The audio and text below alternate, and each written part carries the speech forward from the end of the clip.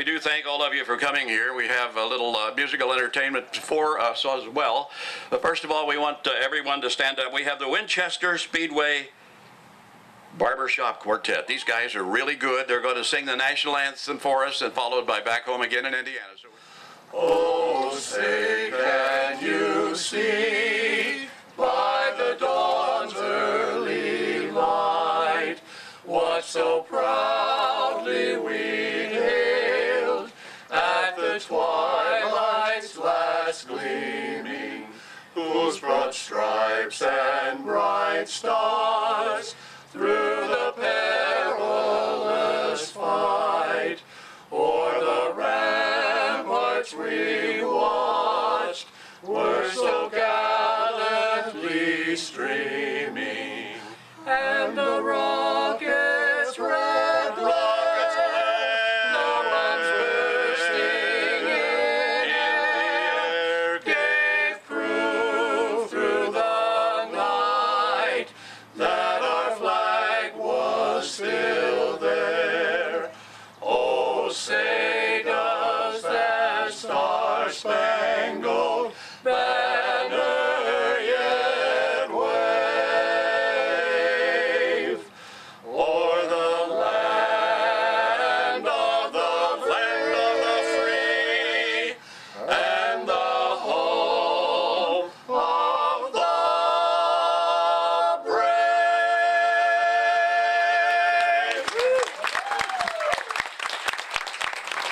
Back home again in Indiana, and it seems that I can see the gleaming candlelight still shining bright through the sycamores for me. The new moon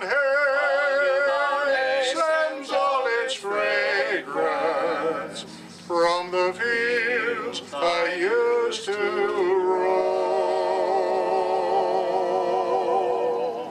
When I dream about the moonlight on the wallbacks, then I long for my Indiana home.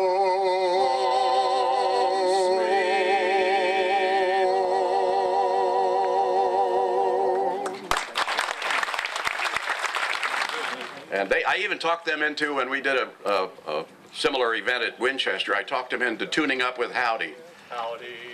Howdy.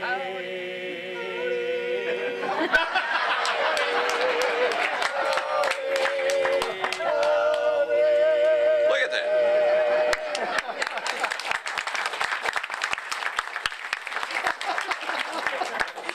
See, they'll probably sing a song for you if you want. I don't know, later.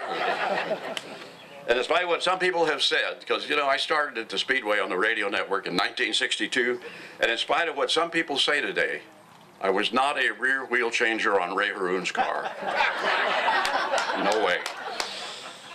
Well, now we're going to have our co-founders come up and share a little bit with you. And those two gentlemen are over here. Will be coming up here as I speak, Brian Hassler and Mark Utzler. Gentlemen.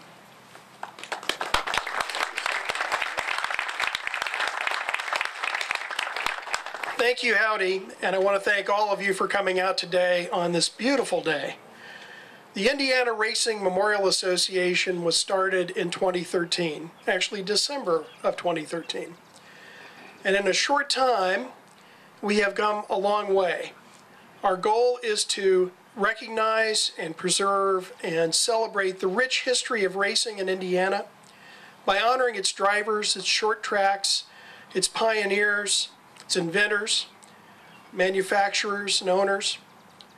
And today we have a very special day in honoring the great Ray Harroun.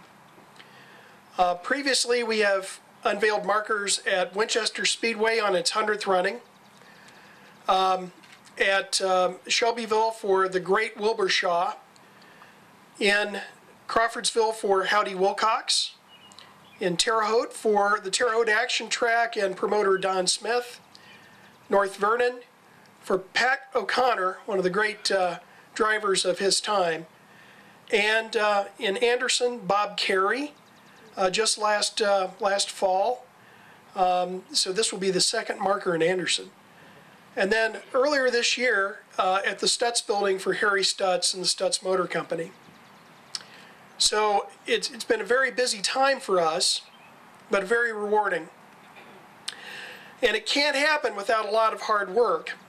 I'd like to recognize our board members who are here with us today, including Howdy Bell. I'm not going to sing to you, Howdy, so I'm sorry. Howdy. My co-founder, Mark Utzler, David Bozell, Bob Gates, Dick Jordan, Bob Lemons, Tony Meyer, and our most recent board member, Sam Mudd of Anderson. I'd also like to thank our committee that worked so very hard on this. Nancy Anderson, Dennis Ashley, Matt Rust, Alicia Cummings, Amy Greenway, Rick Dawson, Skip Ackerman, Jay Wiley, and of course Sam Mudd. And this couldn't have happened today without two very special folks. One is our mayor, Tom Broderick, and the city of Anderson. Give him a hand.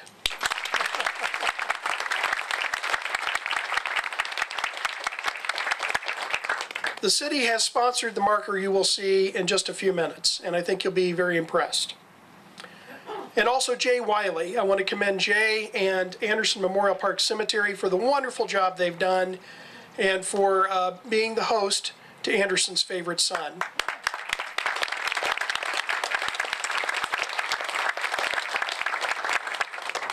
We've also had some sponsors: Reynolds, Miller Huggins, Bluegrass Farms, Ed Martin, and Pip Printing. But there are three things that make this event particularly meaningful for us.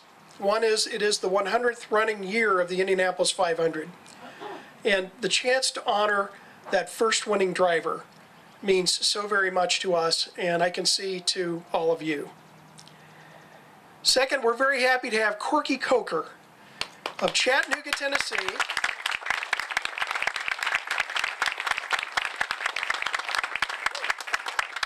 president of Coker Tire and the owner of the perfect replica of the Marmon Wasp, which is over here underneath the giant American flag. Appreciate Corky you coming up and being part of this. And in case you're not sure which one Corky is, he's the one with the Ray Harroun racing attire on. So,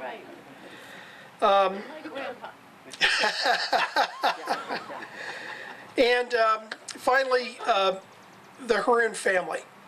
We're so pleased to have Barbara Sherlin, Ray Harroun's granddaughter, Victoria Bateman, Ray Harroun's great-granddaughter, and other family members here. It's so special to have you with us. And I want to point also out that Judy Arnold is here, and Judy is related to one of Ray's other wives. So we've introduced some family here today.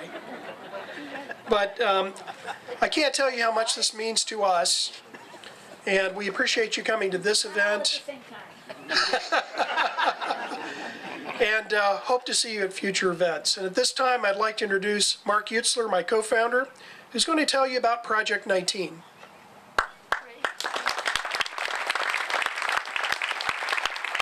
Thanks, Brian. Tony said 5 wives, and one of the granddaughters said not all at once. So that's good. I wondered why Howdy Bell looked so tall. Now I see why. This is tremendous. Brian, thank you, and thanks to our sponsors too. How about another hand for them? That's just tremendous. Growing up in Indiana, I think I knew that Ray Harroun was the winner of the first Indy 500 before I knew George Washington was the first president of the United States, as it should be in Indiana. So, family, thank you for allowing us to do this, and Mayor and Jay, thank you for inviting us, inviting Irma to do this here. Project 19 is Irma's efforts to place 19 of these markers in Indiana. by the end of the bicentennial year, Indiana being the 19th state, and this being our 200th anniversary.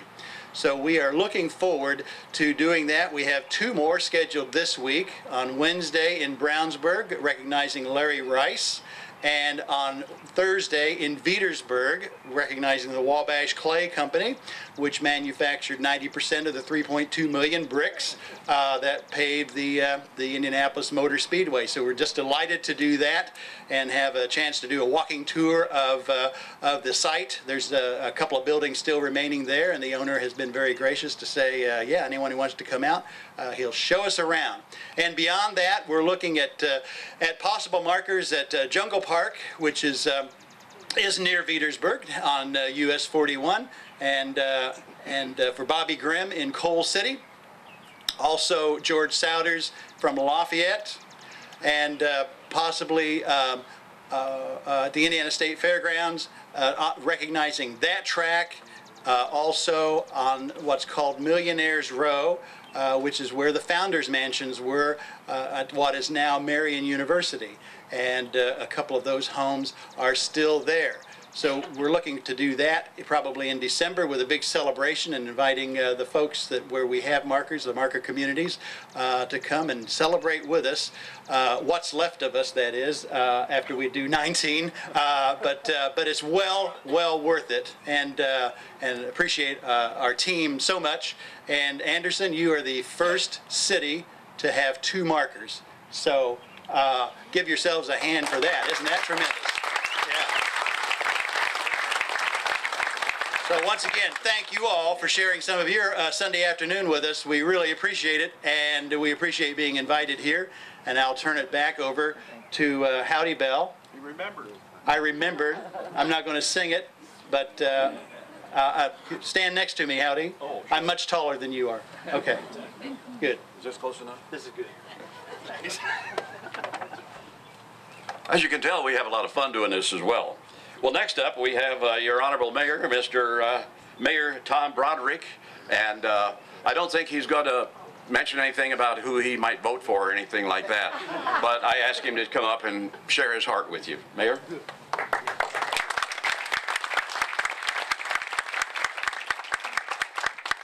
Thank you very much, and welcome today. I'll tell you, yesterday, 24 hours ago, standing out in the rain downtown Anderson, where we were in the process of trying to put on an annual event called the Mayor's Cup, where we have Grand Prix racing with go-karts. It seemed like it was definitely Maine, Indiana, standing in the rain out there, and I wondered today how it was going to be. So just like so many 500s that we've all enjoyed, we always wonder, is it going to rain, isn't it going to rain? And today we're lucky it's not. It's a beautiful day. I'd like to thank all of you for coming on behalf of the City of Anderson. We certainly appreciate your all being here. To the dignitaries who've found time out of their busy schedule to come to Anderson to celebrate one of our citizens who gave so much to the racing sport here in Indiana and across the nation. I welcome all of you. It's my great privilege and honor to be here today. I'd also like to thank and acknowledge the Anderson Fire Department for the good work that they do in our city and for bringing the flag out here today, as well as the Anderson Police Department, who's also here showing their respect to Mr. Harroun.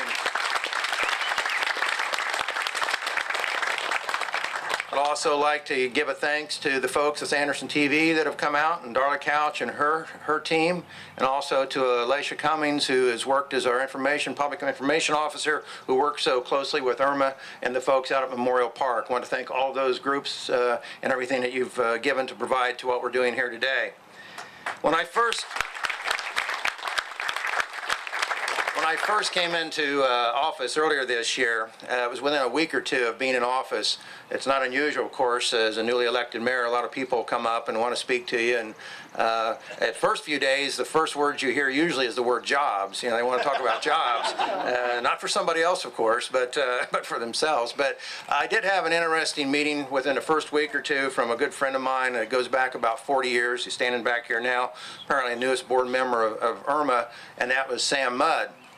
And Sam came in to see me, And I know last year he was involved in the Bob Carey Memorial, which went very well, and Bob was a main person behind that.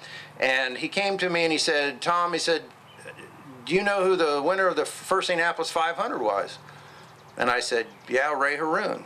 And he was kind of surprised. He looked at me like, oh, okay. And then I mentioned the Marmon Wasp. He was even more surprised.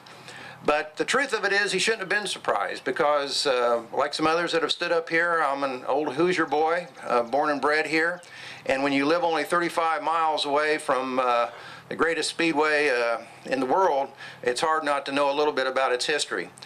My father was a longtime county official in the community, and when I was a young boy, about 12 or 13 years old, he came home. He had an office up in the courthouse, and he told me about this fellow that had come in to visit with him, and he was real proud to tell the story, and the fellow's name was Ray Harroun. And apparently Ray had found his way up downtown, which back in those days, been very early 60s, downtown was still a booming place with a lot of business, and a lot of folks would come and visit and hang out. And apparently Mr. Harroun had found his way there and was going through the courthouse meeting people and speaking with them. And he met with my dad and talked to him, and my dad shared a couple of stories, and the primary one that sticks with me is the fact that they spoke about what had occurred during the first running of the Speedway and the 500, and that they had no idea, of course, no idea whatsoever what would come and become what we now know as the greatest spectacle in racing. They certainly didn't see that at the time, but they did it out of their love for the sport of racing, but also for the desire to try to have a great testing ground for automotive innovation and a place to have a proving ground, and that's exactly what they set out to do. It was very, very dangerous back in those days. It still is today at the high speeds they run, but with the great technology that we now have, as we see now, if a crash occurs during the race, typically it's a crash that takes somebody out of the race. It doesn't usually take their life. But back in those days, it wasn't unusual at all for someone to lose their life. In fact, during the first race, the race that Ray Harroun ran in during the 13th lap, a mechanic at the track was killed during an incident. So it wasn't unusual for one to lose their lives, and these folks were very dedicated to what they did. The fact that Mr. Harroun decided to come to Anderson and settle in after doing so much for the sport of racing is not unusual, given the fact that the city of Anderson has a great deal of history when it comes to automobiles. We had a number of automobile manufacturers here in our community. We've had a lot of innovation through the years with respect to passenger automobiles as well as racing vehicles. And so it's no surprise that Ray chose Anderson, and we're proud that he did. We thank him. We thank his family. Again, it's quite a pleasure to be here and a privilege. And I can tell you that with this marker that we've put up here today, and when Sam came and asked me, he said, Tom, he said, can the city be in a position to be able to help to put this marker up? And after I told him the story of what I knew about Ray Harroun and his involvement in meeting my father and the long history that I knew that Mr. Harroun had given to the Motor Speedway, that I was very proud to say yes, we would help, we would do what we could, and we're happy to be the sponsor of being able to have this memorial here today. But of course, we couldn't have done it without the sanctioning body's approval, and we couldn't have done it without all the assistance of the folks at Memorial Park and all the folks involved here throughout the city.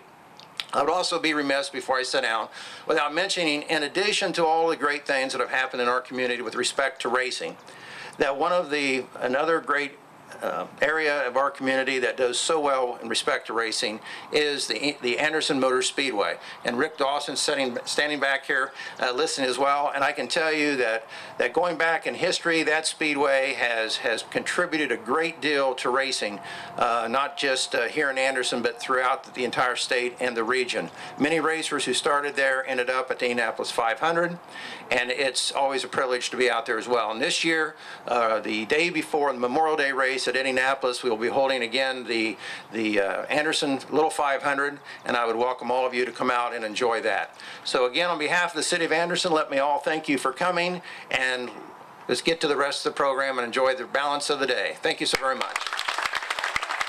I've been up here several times myself to watch some of the racing up here. And that little 500, that'll scare you to death. That's if you've ever seen that. Wow. Anyway, a couple of people I want to recognize. our little princesses, I shouldn't say that, our young princesses back here from 500 Princesses. We have Elise Hoy, who is a student at Franklin College, and we also have, if I can read my writing, Jessie Arbuckle from Taylor University. Stand up, girls. Please. Now, the other interesting thing is they both are graduates of Center Grove High School. I live in Center Grove, and my grandchildren are in Center Grove, and my kids went to Center Grove. It's so good to have you Center Grove girls here. Never mind. Anyway, our featured speaker here for this portion is a friend of mine for many, many years. I first became, here it comes, Bob. I first knew about Bob Jenkins when he was working at WIRE doing the farm reports. But he went on to bigger and better things. He was the voice of the 500 for 9 races, and I worked with him in the booth doing the rundowns for 8 of those 9 years, and I consider him a good friend. Ladies and gentlemen, a big welcome for another Hoosier, Bob Jenkins. Quartet members, I will not be outdone by Howdy Doody. I mean Howdy Bell. So it's Bob. You ready?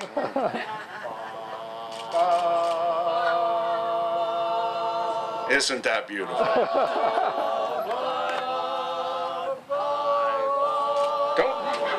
Howdy, quit that.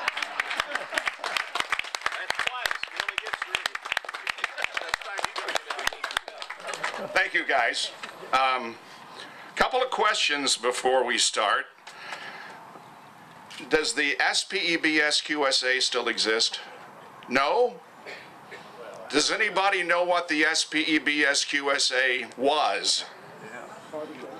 When I graduated from high school in 1965, I won a $100 scholarship for singing presented by the SPEBSQSA, which is the Society for the Preservation and Encouragement of Barbershop Quartet Singing in America.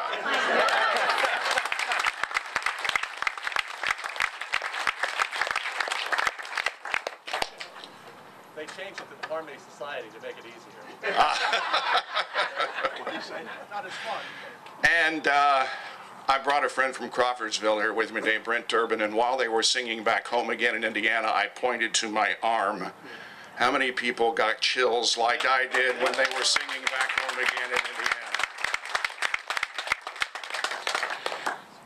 I have very short remarks simply because I never met Ray.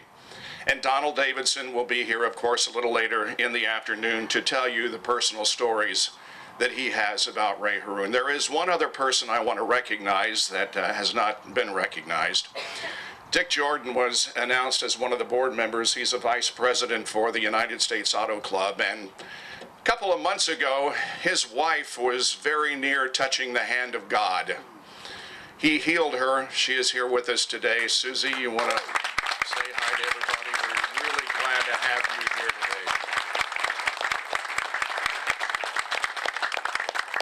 I guess if you were to ask me to name 10 people from history that I would love to sit down with over maybe a drink and talk to, one of them would be Ray Harroun. Race drivers are my heroes. I don't care whether they drove in the 500 in 1911 or in 2016, male, female, I don't care. Race drivers, wherever they race, are my heroes, and Ray Harroun is certainly one of mine. Although I had attended 7 500s by the time Ray passed, I was never able to meet him, but I certainly wish that I could have. Not just because of the fact that he won the first Indianapolis 500, because of the fact that he was an engineer, an innovator, and a pioneer. He built his first car in 1905, if you can believe that. He also competed in at least 60 races sponsored by the AAA.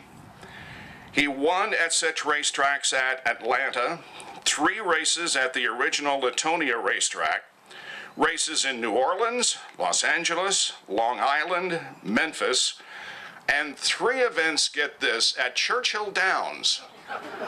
And Ray would have to be the only person in history who has won on the two most famous tracks in this area of the country, Churchill Downs and the Indianapolis Motor Speedway.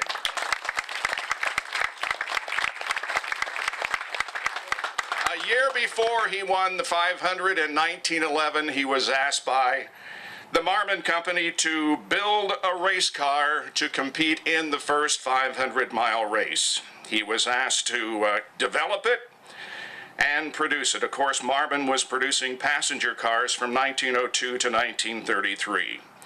We all know what Ray Harroun did in terms of developing a race car. The Replica, beautiful Replica, very nice.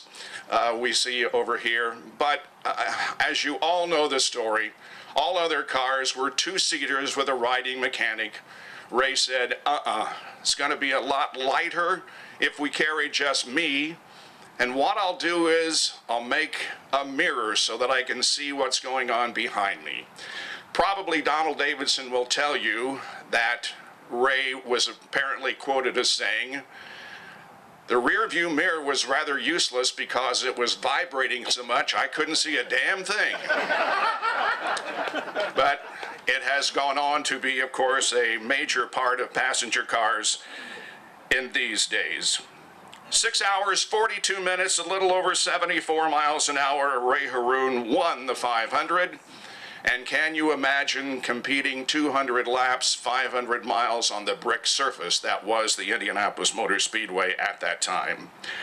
There are conflicting reports. Some say he retired immediately after the 500. I saw a report that said he ran a 3-mile race in Fort Wayne. It doesn't make any difference. For the most part, Ray was finished with racing after his win at the 500. But he certainly was not retiring from the automotive industry. He developed a carburetor system for kerosene that allowed a Maxwell driver, Willie Carlson, to complete the 500 in 1915 by using just 30 gallons of gasoline.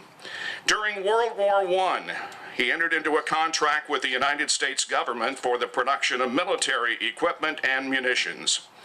He stayed active for basically the rest of his life in the production and sales of aftermarket accessories. At age 79, I retired at 64. I can't imagine retiring at 79 years of age, but he did, and then passed away, of course, January 19th of 1968. It's a real shame. It's a black mark on all of the racing industry for not recognizing this man until today, and thank goodness for the Indiana Racing Memorial Association for doing so.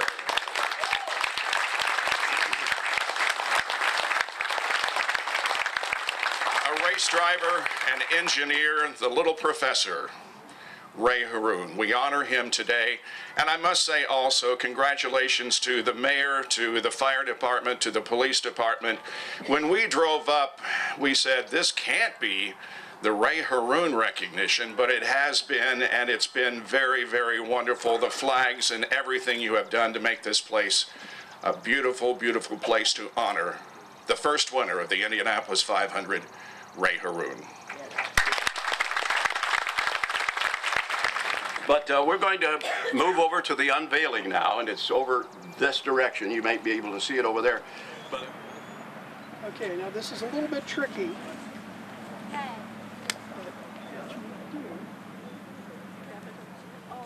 Can you lift that off, do you think? Sure can. Okay. Well, at Here we least go. you can try.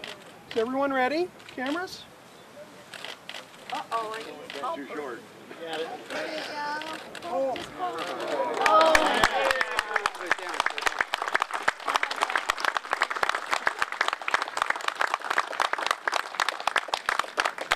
Brought tears to your eyes.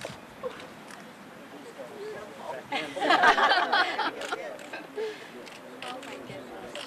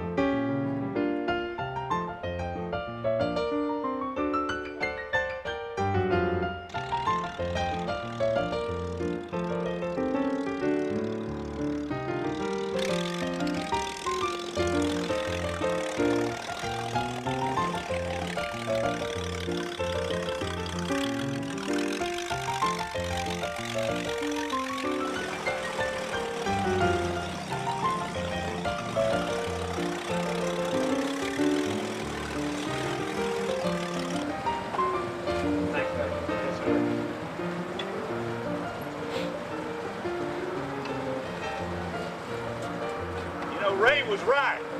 You can't see squat out of this rearview mirror because it's shaking so much. Next, we're going to call on Ray Harroun's granddaughter, Barbara Curlin, to come up and share a little bit with us, if you will. I sure will. Help you up to step there. Thank you. Very welcome. The microphone is yours. Thank you. I can't thank all of these associations enough. I know that my grandfather would be so proud and so thankful. And I just, he was such a great man to me. He was, of course, my grandpa. And I was kind of young when, you know, when I first learned that he was the winner of an Indianapolis race. And have spent a lot of time with him and him telling me some of the stories about things that happened in Indianapolis and stories about his friend Pop Wagner and a lot of things that he did and that he wanted to do. I had the opportunity to be here with him at one of the races. I think it was in the early 60s. And we were, my mom and dad were with me, and we were graciously accepted into the, well, not the museum at that time, but into the track, and we were able to see the race together. I have pictures at home of standing way up high on the, yeah, with pictures of us up there. My grandfather was very happy to be here. He, of course, had retired in 2010, and he came out of retirement, which he really didn't want to do, but he did it. And he raced in the race. One of the things he told me and explained to me that in my earliest memories was how he averaged 75 miles an hour around the track. And the way he explained it to me at that time was that he wasn't going to go speeding down the straightaway. He was going to take just nice smooth rides around the track. And of course, with the rearview mirror, as it was said before, he couldn't see a thing out of it. But he was really an engineer way before his time. And I can remember him having conversations with my dad about different things that he wanted to do as far as, you know, inventing some new things. He was still, that mind was still working even when he was living in the little trailer park out here. He was an exceptional man. He was a humble man. He was a kind man. And I am just so happy and thankful that I had him in my life. And I can't thank everybody here enough. Indianapolis has always been part of our life. And I can't thank the Speedway for the graciousness with which they've allowed us to be here. We were here in 2011. That was my dad's last visit here before he died. And he would be absolutely amazed at what was going on here. I do remember a time that I think was very interesting and very knowledgeable to me. It's when we were here in the early, I meant to talk about this before, when we were here in the early 60s. My grandfather and I were standing on a hill, which I think might be where the memorial was going to be or was. And he was watching all the cars go around the track, and he was explaining to me some of the things that were going on and talking to me about banking of the track. And one of the things he said to me when he was watching the cars was, "Barbie, they need safety belts." And I'm not sure if at that time they were using them, but he just mentioned to me that the safety was going to be a big issue in the coming years with racing. And just to give you an idea of what a pioneer he was and all the things that went through his mind, I don't think it ever stopped working. And I'm so thankful that he was my grandfather. I'm so thankful for the Harroun family, who has been so gracious and so good to us. And I'm also thankful so much for the emphasis that we've been able to gain, even information about my grandfather that I didn't particularly know. And I just want to thank everybody here. I want to thank Donald Davidson for being so gracious to us over the years, making sure my dad was able to be at the track. And 2011 was a very special year for us. It was my dad's last time here. And I don't think he will ever, ever forget how he was treated here and how gracious everybody was. So thank you all for being here today, and I thank you very much for being a racing fan, because I sure am.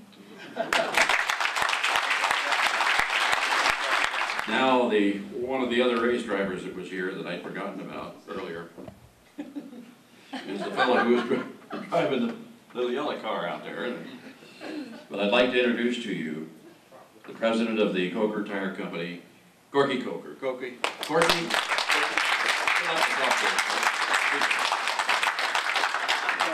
You bet your boots. I'll help you out, of course. Thanks, Howdy. The Harroun family, congratulations for such a wonderful honor for your granddad and your great-granddad. He was certainly a legend and iconic in worldwide racing. You know, the Indy 500 is the most spectacular racing event in the world. And he won the absolute first one. So congratulations on this honor and this plaque that was dedicated just today. It was sure a great honor for you, I know. I am Corky Coker, and I'm no longer the president. I'm the CEO and still owner of the company. We have a president. I'm semi-retired now and get to play with cars all the time. I also was here and met Barbie, made a lot of fun at that time about how, you know, I used to bounce her on my knee because I played Ray Harroun at a Firestone event Friday night. And her dad, Dick Harroun, was sitting there, and, you know, I said, now, I still remember how, you know, you would run from me when you needed a spanking, and your mom and I raised you well, and that's evident by the wonderful daughter and great-granddaughter that you had. It was a lot of fun. So, Donald, if you say anything incorrect, I have the ability to correct you now. I have played Ray Harroun. And I can tell you that in 2011, it was really a wonderful experience for us all. I am an adopted member of the Ray Harroun family. So I remember when Dick Harroun, who signed the cow of this replica here, and if you can just barely see it, one of my employees cleaned it a little bit too well, so it's kind of coming off. So who's he work for now? The imitation. That's a good question, Howdy. I think he's looking for a job announcing the radio. He's not good at anything. So, they did it all the time. Can I get involved? I met Richard Ray Harroun, and they're at the Host Hotel, the Firestone Hotel, the Omni Hotel or something downtown Indianapolis. And Barbara and someone, I don't remember who else was with you, brought your dad up, and he was standing there and he was just looking at this car. And you know, I started it up and it shot flames out, and he just he said, "Oh, what I would give to sit in that car."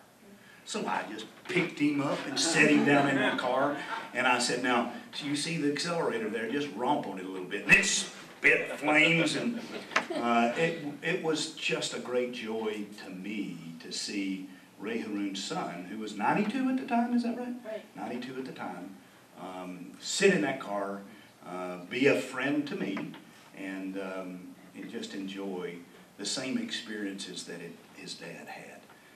And he looked, I don't know if you've ever seen a picture of Dick Harroun, but he looked very much like his father. I will tell you just one little quick story also. The reason why we built a replica, we're in the tire business and in the wheel business, and then we sell vintage tires. How many people here have a vintage race car or a vintage car or into racing, all that sort of stuff? If you are, you didn't drive your car. If you were, you would be my best friend because you would be wearing out tires. That's what we do for a living. We have a wonderful shop called Honest Charlie Garage with a group of guys that can fabricate and build anything. It was run at the time by my son-in-law, Greg Cunningham, and we were approached by a screenwriter who also wrote the screenplay for Rudy and for Hoosiers, and this group decided that they were going to do a movie about the Indy 500, and it was called 500: The Spectacle Begins. They announced it in the Indiana papers, and we're going to do this movie about how Carl Fisher was involved in buying the track and starting the track, and then they wanted to reproduce all of the 42 cars in 1911, and I said, well, we can do that. You know, the tires are a hard part of it, so we have that ability, and so they said we will need the Lozier and the Marmon to be very precise. I said, well, I can start and I will build a Marmon because I happen to have a Lozier. And anyway, I borrowed the car from the Speedway Museum and took about 3,000 pictures, and then took it back, put an insurance on it, and we proceeded to reproduce this car for the movie. Didn't ask permission, you know, thought forgiveness was probably the best solution at the time. But then the movie was never funded, so now I just kind of run underneath the clouds. And like you, our goal is just to lift up racing, and I think for that there should be no apologies, and we don't propose that this is anything other than a tribute to the original car. In 2011, there was a rod thrown through the block, and it has been repaired, so I understand that the plan is for it to do a lap before the race this year also. So I can't thank the association enough. For Jay, I did make fun with several people when I walked up and they saw my name on my outfit and that I'm driving my race car, and said, you know, don't I look a lot younger? Well, you rest here at Anderson, you know, Memorial Gardens, and you just look younger after about 40 years or 50 years. So I enjoy so much my relationship with the Harroun family, with my car, and getting to know you folks. And I thank you for being a part of this event, and it's just a great blessing to celebrate motorsports in Indiana. Thank you. Ladies and gentlemen, it's an honor and a privilege for me to introduce to you a fellow that I met the first time he showed up to Speedway. I think Sid introduced us. What year was that? 1964. 64, that's what I thought. I was just a little guy back then. Donald looked the same. But anyway, he's going to speak to us. I'm going to hand him the microphone, and we're going to move this podium out of the way so he can get down and dirty with you. Sure. There you go, sir. All right, thank you very much. Yep, that's good. That's easy. Okay. Well, I hope you don't mind. I'm going to sit down because I'm going to do more than 5 minutes. I'm going to sit down too then. And in a situation like this, I like to just have a chat. So anyway, it was my privilege to actually meet Ray Harroun. And I remember the occasion very well. It was at the Speedway Motel about probably 3 or 4 nights before the 1964 Indianapolis 500. And I was invited to all kinds of events that month. But one of the highlights was the inaugural meeting of the Autolite Pacemakers Club. And Autolite had just come into racing, and they wanted to do something special, and because there was the Champion 100 Mile an Hour Club, and you either know what that was or don't worry about it, but Autolite said, we want to do something very special. And so I don't know whose idea it was, but very likely Bob Laycock, who was the historian for the track, and except he was paid hourly and not on salary like I am. But anyway, so it very likely was him. And he said, how about recognition for everybody who has led the Indianapolis 500? And that made it very simple for inclusion in the club. You either led it or you didn't. And so he got all this information together, and they invited every living driver that had led the 500 to come. And there weren't very many no-shows. It was extraordinary. And I was an invited guest. And virtually everybody in the room, probably 95% of the people in the room had led the Indianapolis 500. And there was a few officials, and I was privileged to sit at a table with some of the officials, next to Harry Hartz, actually, who had led the 500.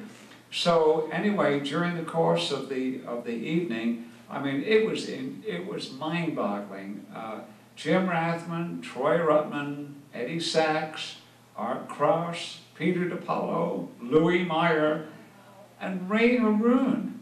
And so somebody took me over to his table, and he was sitting with Mary, and who was, I think was the only female in the room. And so he was extremely kind to me. And actually, you know, we engaged in conversation. And he started telling me things, and in fact, even gave me a tip. He said, if ever you could get to the Chicago Public Library, he said there was an excellent series of articles by the old publicist, Bill Pickens. And he said, it was the Saturday Evening Post, and he said, if you go up there, and he said, I think it was sometime in the early 1950s. Well, it turned out it was the early 1940s, and you think, well, he was off by 10 years, but then I came to realize that as years go by, 10 years is a shorter span. So anyway, I remember him telling me that, and indeed I went to the Chicago Public Library when I came back the following year and found a number of the articles that he told me about. Well, anyway, he was extremely courteous and helpful. And then when I came back in 1965 on a one-way ticket and, to stay, after a little while, and I got driving, and in fact the guy who taught me to drive was Dick Jordan, who I just spotted in the audience there. And so Dick took me out to teach me how to drive with my 1960 Studebaker Lark, which I bought from a neighborhood lady for either $300 or $350, and until I blew it up because I didn't know you had to put oil in it. I didn't know what this red light was. No, don't worry about that, it'll be fine, and it wasn't fine. Well, anyway, that and subsequent vehicles, I had this standing invitation to go see Ray Harroun. And I went up there probably, I'd say at least 3 times to the little trailer court on the south side of Anderson. And one time, I showed up strictly on spec, which I just happened to be up in that area, and I think it was a Saturday afternoon, and not something I would normally do. And I thought, well, let me just knock on the door. And Mary answers the door, and she said, oh yes, come in. And I said, well, you know, is it okay? She said, yes. So they had this little trailer, and I sat down in the kitchen, and she said, let me go check. So she comes back a minute or so later, and she said, all right, he's going to come out. I said, well, you sure it's okay? Yes, that's fine. So I sat there, and a minute or so goes by, and then down the hall comes this, you know, shuffling along with the pajamas and dressing gown on, and Ray Harroun. And he sat down, and I remember this, I went there, as I say, about 3 times, but I had these incredible visits with them, and rather than have a notepad, all my notes were mentally done, but I still have them in my mind today, and some of the things that he told me were just quite extraordinary, and he was so eloquent, and when people said, well, how would you describe him in a word? And I said, well, I'm making a word up here, professorish. He just struck me like he was a professor. He spoke slowly, chose his words, and had the voice, and it's the great example of the voice. If you knew Dick Harroun and spoke to him, that's exactly the same voice. And I'm going to be running around all over the place here, but over a period of years, both before I was working at the track and now that I am, people would show up and were asking all kinds of questions and believed that they had a relative that drove in the 500. And then the other one was the relatives. And so I've had quite a few of those. And I remember one, there was a lady, young lady came out, probably 30-ish, and she strode into the room and said, "Ralph De Palma was my uncle." Okay, so I drove over and I said, "Was your dad John?" And she didn't know who John was, and she said, "Well, actually, he wasn't my uncle. It's just that my parents knew him very well, and I used to sit on his lap, and I called him my uncle." I thought, well, that's a little different. Well, anyway, we've had a few like that. We've had more phony Harroun show up than any other family ever. There's all these people, oh, I was, you know, he was my cousin or whatever. And I think some people, they've actually had family trees and it was a bit of a connection. But for some reason, it was the longest time before I connected with Dick Harroun. And I thought, okay, Ray Harroun's son, all right, let's give this one a whirl. He came on the phone, and in 5 seconds I thought, that's him. It's exactly the same voice. And so, anyway, in the visits, some of the things that I remember very well indeed, because he clarified a lot of things and kind of dispelled a few myths. And he said, famously, the mirror. And I wasn't interviewing him, it was just like I sat with him, and he just enjoyed reminiscing. And he said, of course, I got credit for inventing the rear view mirror. He said, well, I didn't. He said, I'd seen it done on a horse-drawn vehicle in Chicago in 1904. And he said, I was up there, I was the chauffeur for William Thorne, who was the president of Montgomery Ward. And then he leaned forward and he said, when I got that job, I didn't know how to drive. But he said, it was pretty easy in those days, 1904. And he said that it was just like a little buckboard thing. And he said, we steered it with a tiller. And he said, I figured that I could figure it out. So anyway, he said, one day we were outside this building and Mr. Thorne was inside taking a meeting. And I'm outside waiting. And there's all this commotion on the street. And he said, there's livestock and people on bicycles and some automobiles and honking horns, just absolute chaos. And he said, now along comes a horse-drawn taxi. And he said it was just like a two-wheeled affair drawn by horses. The fellow sitting up on top of this with a cloak and a top hat and a whip. And it's doing one of these things. And he said, as he went by me, I noticed that he had a pole sticking out with a mirror on it that he would check to see that he wasn't running over a pig or knocking somebody off their bicycle. And he said, I thought, that's a good idea. I'll have to remember that.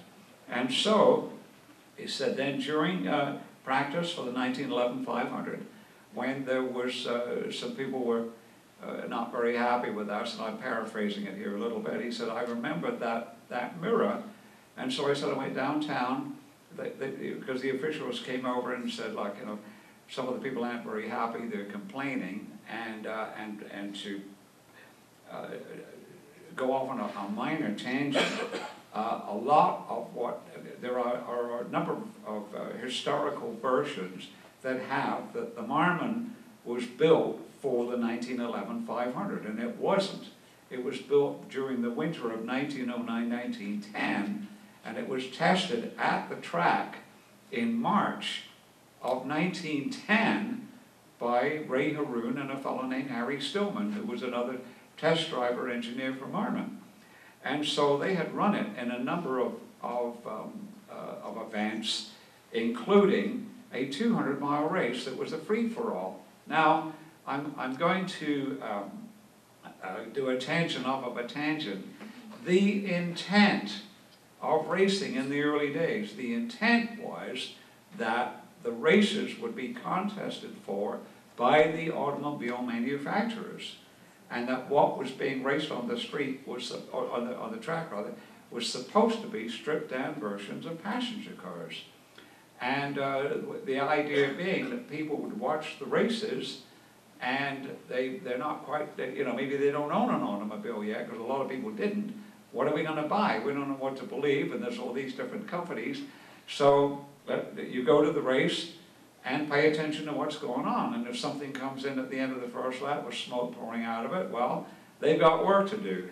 But this other thing that keeps going and wins a 50-mile race or a 100-mile race, well, now that's something we might want to have a look at. So that was the intent. Well, that was already changing by the time that the 1911 500 was held. It was already being circumvented because the Marmon engineers were stripping down passenger cars for racing, but they built this special in one corner of the shop, and it ran in several events in 1910. So anyway, the announcement comes in September of 1910. Next year we're going to do something different.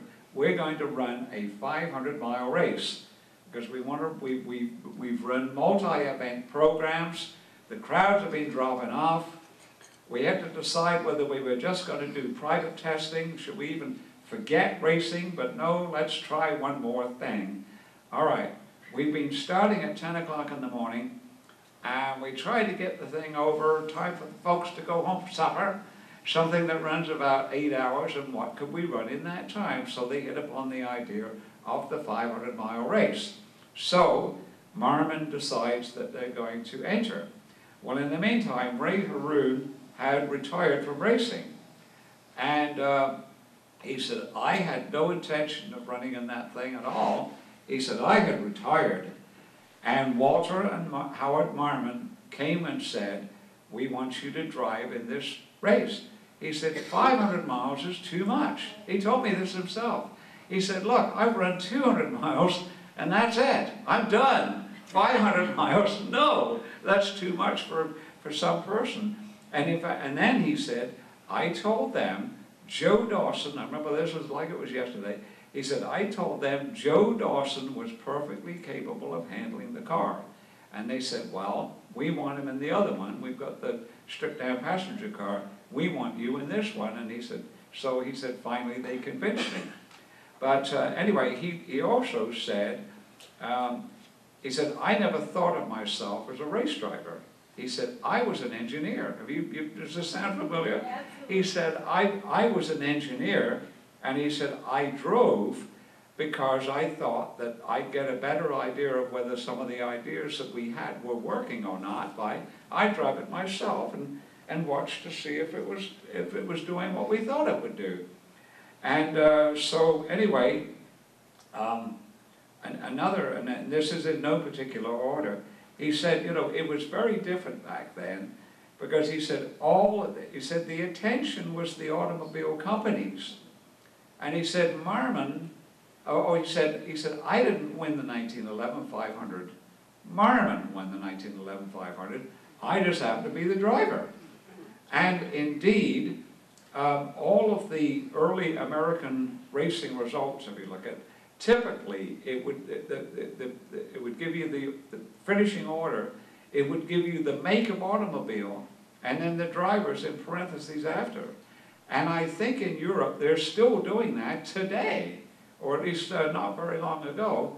You look at Grand Prix results in an English magazine not that long ago, and it's McLaren, and the driver's in parentheses after it. It wasn't about the driver. So it was about the make. So I remember that very well. But anyway, so he went ahead and ran the thing. And then, of course, not knowing that all of these nasty stories suggesting that he didn't win would crop up, And I'll tell you a couple of things. I hope I've got a little more time allotted, because I'll tell you about my side of the making of the film that ended up not being made. And I'm sorry, but I'm glad it didn't get made, because I never did see a copy of the script. Somehow or other I was never able to do that, but I did have some inclination of some of the stuff that was in it. And it was going to stir the pot, based on a story that was written by somebody in 1962 that gets perpetuated, that's got a lot of problems with it. And I blew in the face trying to protect it and give another version. And anyway, which I may try to do now. But anyway, so the suggestion is that, well, Ray Harroun told me, there is a version that Ray Harroun went to the Firestone engineers the night before the 500 and said, what speed do I have to run tomorrow to get the best tire wear? Well, I'm not even sure if they had Firestone engineers at the time, because Firestone was one of a number of companies that had tires there, but I think it very likely a lot of the companies, a lot of the cars ran with what was standard equipment. They ran with the tire that all of the automobiles were produced with. And I don't know that in 1911 Firestone even had a racing division. Anyway, the claim that it was the night before, that's not what it says in Al Blemker's book, in which he spent time with Ray Harroun, and that's not what Ray Harroun told me in 1967. And he said that he said, we could have run well over 80 miles an hour. But he said, in practicing for the 200-mile race in 1910, he said, we decided to do some experiments, because some people were going out running 85 miles an hour, 86 miles an hour, and blowing tires. And so we decided, we'll run slower and figure out how we can get better tire wear, and we won't waste time blowing tires and having to make our way around to the pits, and then also, you know, just losing time. We'll come in on planned stops and change tires. And so he said, so we did some experiments, and we found out that the difference between running at 80 miles an hour and 75 miles an hour would double the tire wear. This is a direct quote from Ray Harroun. And he said, so we decided that's what we would run. And then in 1911, the same thing. Now by that time, and they weren't qualifying with laps. They had a different way to qualify. But anyway, rather than go into that, the practice times, some people were running 88 miles an hour. But they went into the race, and he said the plan was, we'll run 75 because we think that can win the race. And he said, so I just told the crew, or whatever they called them in those days, the helpers, he said, just, you know, keep me appraised, flash me the pits, you know, show me a pit board, and we want to run 75 miles an hour.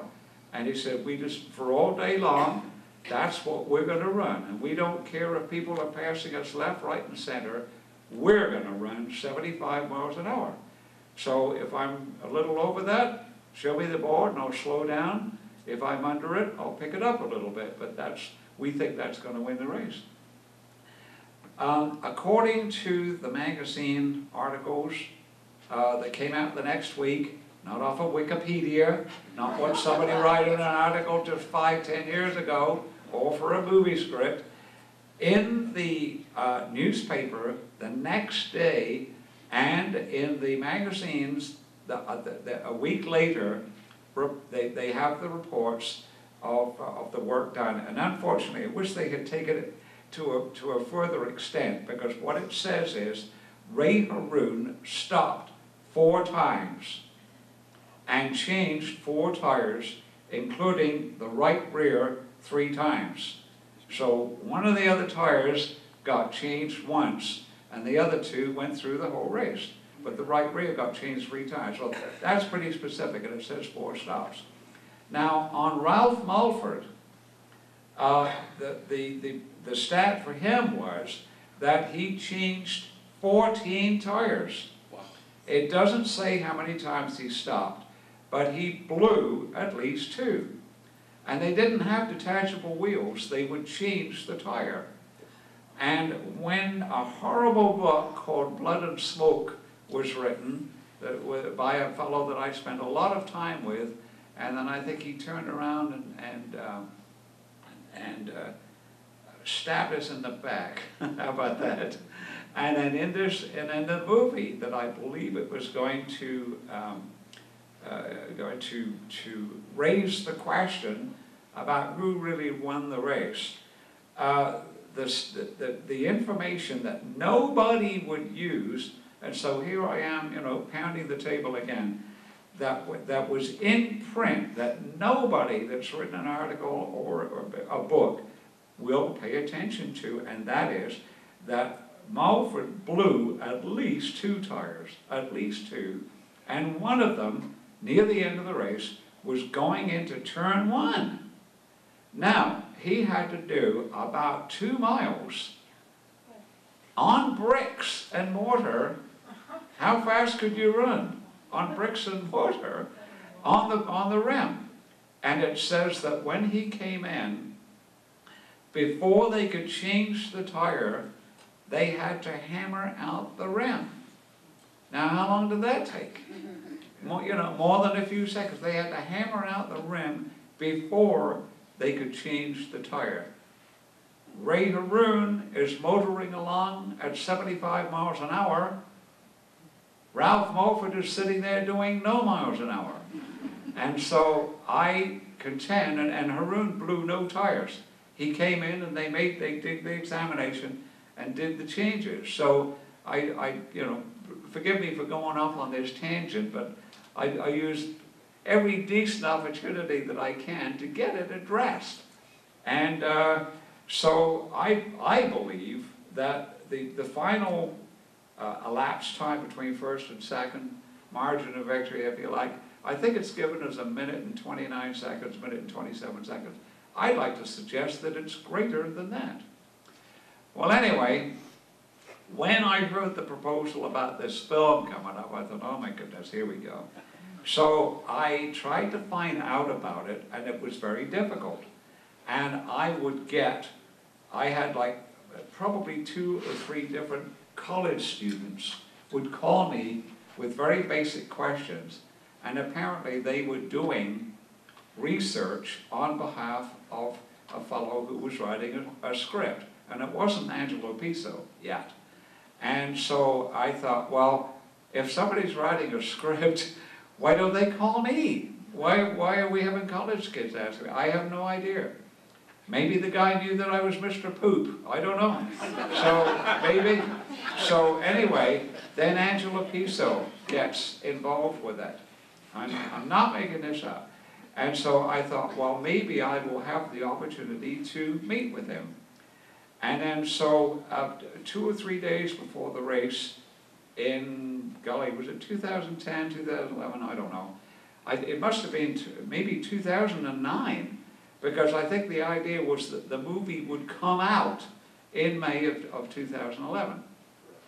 So anyway, so we'll figure it's 09, and there was somebody that was with a traveling magazine show, radio show, and they had allowed them to set up in the broadcast booth up on the 9th floor of the pagoda. And so what was the Indianapolis Convention and Visitors Bureau, now Visit Indy, I prefer the old title, but anyway, while I'm trashing everybody, I may as well keep going. Visit Indy. No, I mean, Indianapolis Convention and Visitors Bureau had sort of a classy sounder for me. Anyway, so they were getting all these special guests together, and they were like, you know, city officials and all these other people. So I was the guest, and then I found out that Angelo Piso was coming on shortly after I got out. I got done with my bit. So anyway, I stood on the 9th floor by the pagoda, I'm sorry, 9th floor by the elevator, and then finally the door opens, and there's a fellow named Chris Gall that some of you probably, I see some nodding heads, and a great guy, and he's got Angela Pisa with him. And so Chris introduced me, and he said, oh yeah, I said, he knew who I was. And I said, I would like to talk to you about your movie script. Well, he keeps on walking, and he said, yes, we'll be in touch. I know about you, and yes, we want to talk to you. I said, well, honestly, I'll tell you, I'm a little concerned about some of the, the approach there, because I think it's probably very misleading. He said, well, you know how movies are, but we'll be in touch. Well, he never was. So weeks and weeks, maybe months later, I was down in Bloomington giving a talk at the IU library. And it was sort of like the Friends of the Library. And forgive me for telling a long story. I don't normally get this opportunity to tell it quite like this. So anyway, I gave the talk, and then afterwards, there's this sort of like a wine and cheese little gathering with probably 20 couples. And this lady comes up to me, and she said, do you know about my son's movie? And I thought, oh God, another movie? So, because I mean, I get people all the time, they want to write a book, or they've got a great idea for a movie script. Oh. So anyway, I said no. So she started to describe it, and the lady was doing all the talking, the gentleman didn't say anything, and it turns out that it's his parents.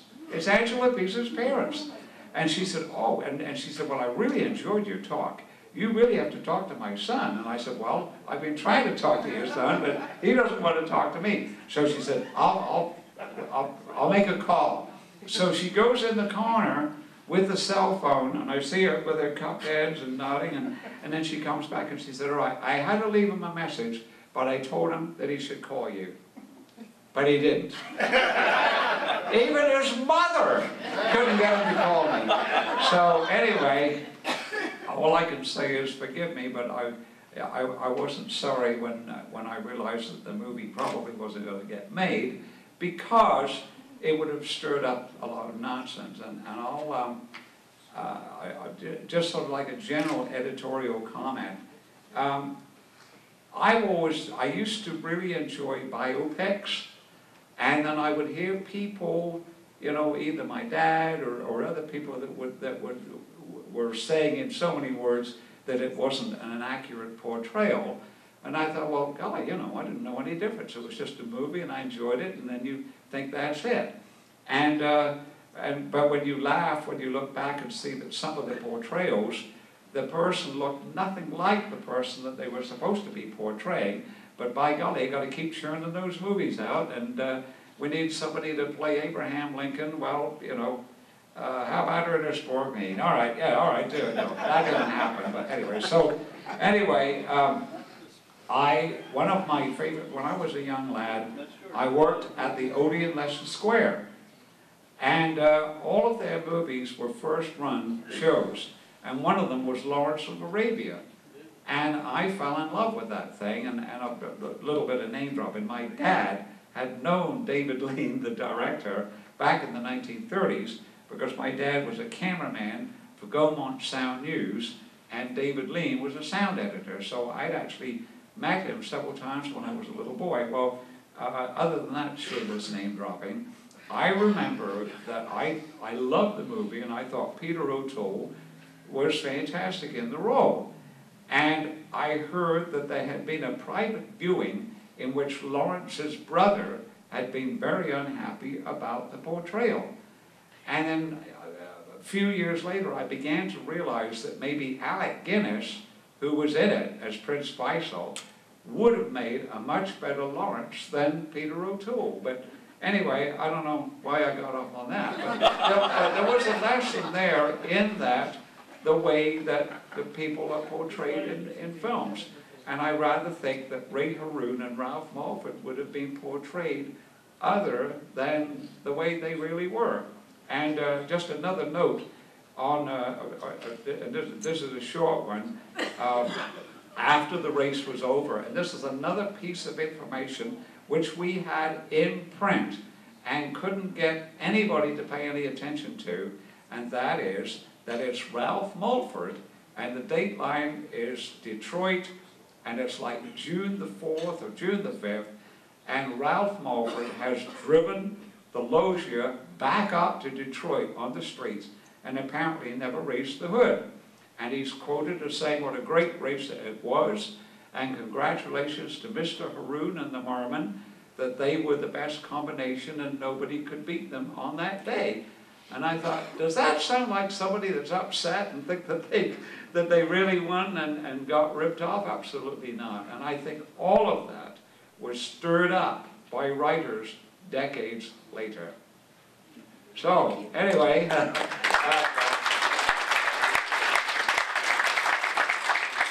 but back on Ray Harroun, I would sit with him, and he would speak slowly, and then sometimes he would close his eyes, and I thought, I better go, he's getting tired. And then he would say, no, no, no. And I said, well, I should be going. He said, no, no, no, no. It was so-and-so. That's who I was trying to think of. And he'd want to keep going. And I hung on every word. And I remember that there was a tea chest that sat there next to him that had a bunch of blueprints sticking out of them, all different shapes and sizes. I don't know whatever happened to those, but they were things that he had invented. And he had one from 1935 where he had designed something very similar to what the Mini Cooper ended up being, a little tiny car. And then there was another one where he had a periscope that would be, because he foresaw, or they were already having traffic jams, and he had a periscope that you could look in and see what was going on up there, 2 miles up the road. I'm not kidding. And then also he said, I actually have, he said, there's a bomb carrier that's being used in Vietnam now, which he had designed and put together. Anyway, I probably should be winding down here. Winding down, David. Okay, but how many chances, Ray Harroun, for heaven's sake, how often do you get the families here? Right? Okay. We're going to tell these stories. With no commercial breaks, we can just keep going. Anyway. We'll be right back after We'll be right back after this. I hope the family, and it was just great to have Dick Harroun tell us all these stories, and one I remember, it'll just take a few moments. And I think it was either Steve Hannigan, it was one of the early publicists that had ended up in Hollywood. And he said, so when Dick was a little boy, and he said, he went to Hollywood with my dad, and he said, I met Rudolph Valentino. Remember that story? And he said, whoever, Steve Hannigan or Bill Pickett or somebody like that, and they were on this movie set, and he said, hey, Rudy, come over here, I got somebody I want you to meet. Anyway, I hope that the family won't mind if I tell this little story, and I'll modify it slightly, but Ray Harroun supposedly was of Arabian descent. And there were all these stories, they called him the Bedouin, and I don't know where that came from, but although it is an Arabian name, I think his family was Irish. Yes. And he very much had a twinkle in the eye. Yes, he did.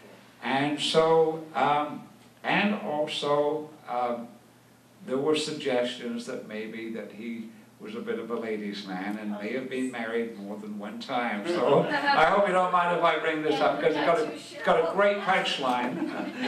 got a great punchline. So anyway, when he passed away, and I went up to the funeral. How many people went to the funeral, by the way? I'd be curious, how many people in the room were there? I was there. No? You were there. Or did you? No? Okay. Really? Just this one lady? Really?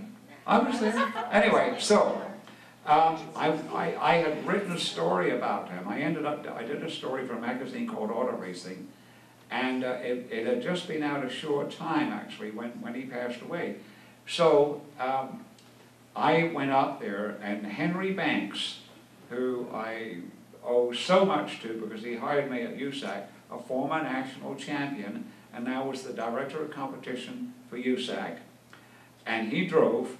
And in the shotgun was a fellow named Frankie Bain, who was the registrar. Remember him? I do. Friendly Frankie Bain. Yeah. not the warmest and fuzziest guy you could run it. Yes. But by golly, he was in charge of credentials, and he would eye you, and you couldn't pull one over on him. Anyway, he was the business manager for USAC, and in the back was Harry Harroun, three-time runner-up in the 500, 1926 national champion.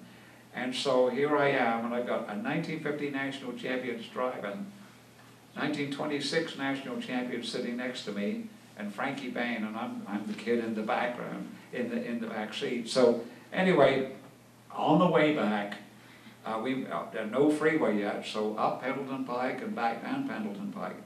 And we're going back down to town, and the subject of marriage came up, and that he may have been married more than one time. And so I thought this might be the opportunity. So I said to Harry, I said, I always got the impression that he was a little bit of a ladies' man. And Harry said, oh yeah. And I said, and he was married several times. There was all kind of rumors of how many times he'd been married. I said, he was married several times. And Harry says, yeah. I said, well, you knew him really well. He said, oh yeah. I said, do you know how many times he was married? And the response was, Donald, I have no idea, but I was his best man 3 times. That's a true story. So anyway, I'll probably have other thoughts as I'm driving back. I ought to go down to Pendleton Pike just for old time's sake. But anyway, I hope I didn't drag this one on too long. But this is a great event.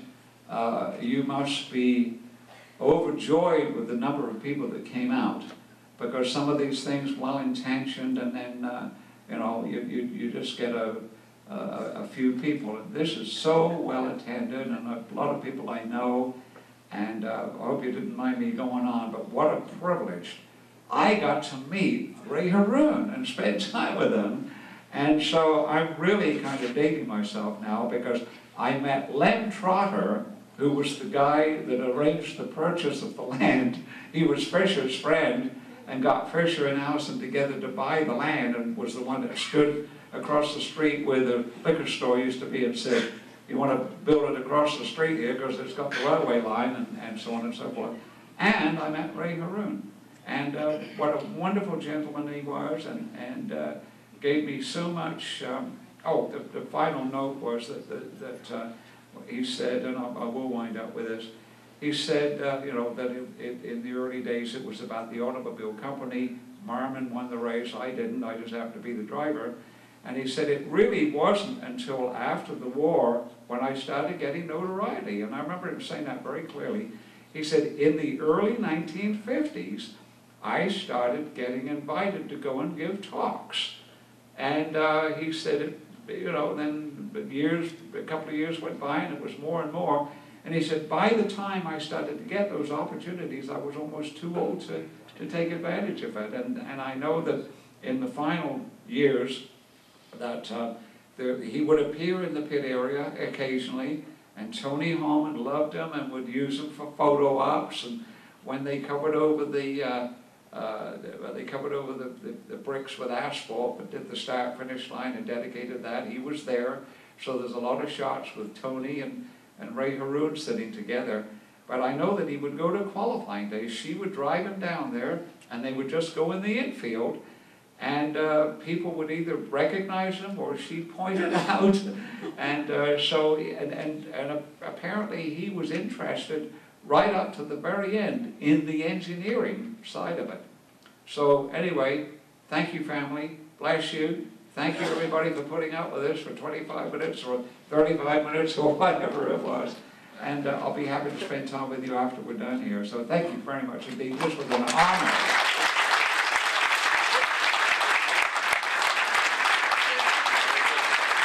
The one and only Donald Davidson, everybody.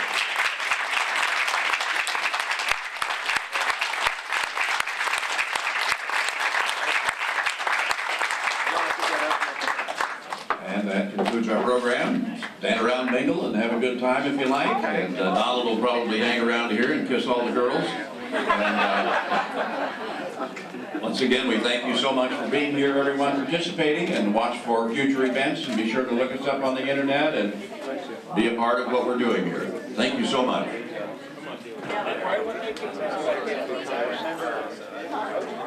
I made myself one too. Yeah. I got the poem from